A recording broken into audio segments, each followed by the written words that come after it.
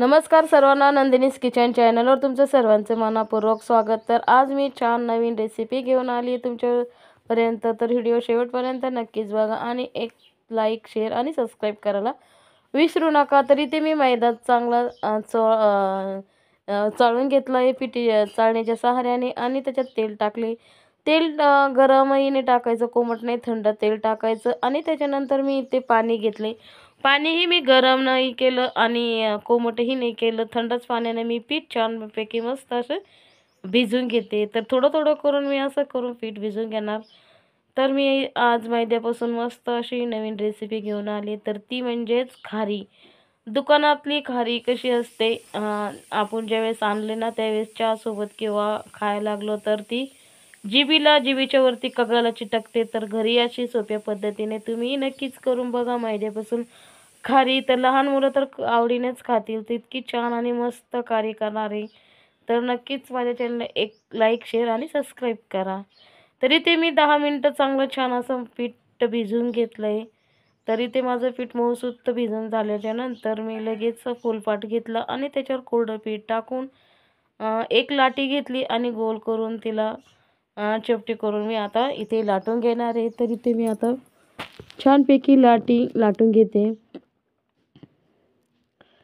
तर तुम्हाला जेवढी पापडी आवडेल तेवढी तुम्ही लाटू शकता। तर मी इतकीच लाटली आणि त्याच्यानंतर मी इथे थंडच तेल घेऊन त्याच्यावर मी लावून देते। तर इथे मी थोडंसं कोरडं पीठ टाकून घेतलं आणि पूर्ण मी तिकडे बाजूला आहे ना मी पूर्ण अशा पापड्या लाटून ठेवल्या होत्या। तर आता मी याच्यावर दुसरी पापडी टाकून दिली। तर मी 7 पापड्या अशा लाटून घेतल्या होत्या। तर मी आता एकमेकावर ठेवून असं तेल आणि कोरडं पीठ म्हणजे मैदा लावून एकमेकावर 7 पापड्या ज्या लाटलेल्या होत्या मी त्या टाकून देते। तर आता इथे मी दुसरी पापडी टाकली, आता तिसरी पण टाकून दिली। आता याच्यावर मी थोडंसं पीठ आणि तेल टाकून लावून देणार आहे। इथे मी चौथीही टाकून दिली। तर आता इथे मी थोडंसं आणखीन पीठ आणि तेल लावून देते आणि आणखीन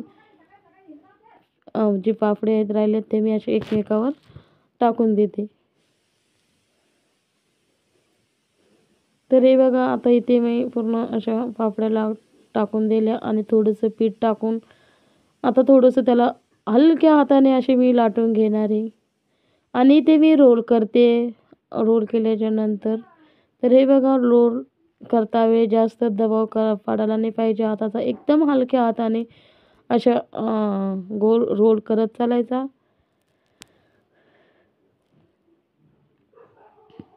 तर आता मी इथे चाकूच्या सहाऱ्याने असे बारीक कट करून घेणार आहे, 1-1.5 इंचाचे। तर खूप छान असे लेयर्सवाली खारी तुम्ही नक्कीच करून बघा, तुम्हालाही खूप आवडेल।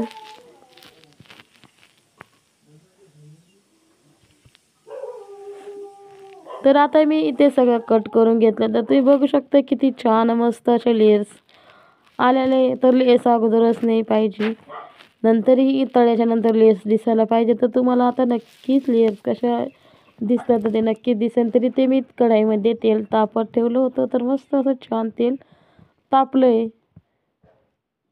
तर तुम्ही बघा इथे किती छान मस्त असं लेयर्स आलेले।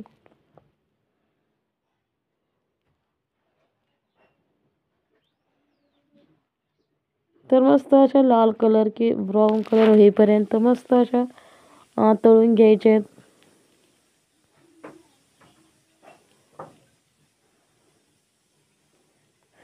तर किती छान मस्त अशी लेयर्सवाली खारी दिसती की नाही, तरी कमेंट्स करून नक्कीच सांगा कशा वाटल्या तुम्हाला खारी। तर छान मस्त असा ब्राऊन कलर आलेला आहे। आता मी त्या काढून घेते। आता आणखीन मी दुसरे पण टाकून देते इथं।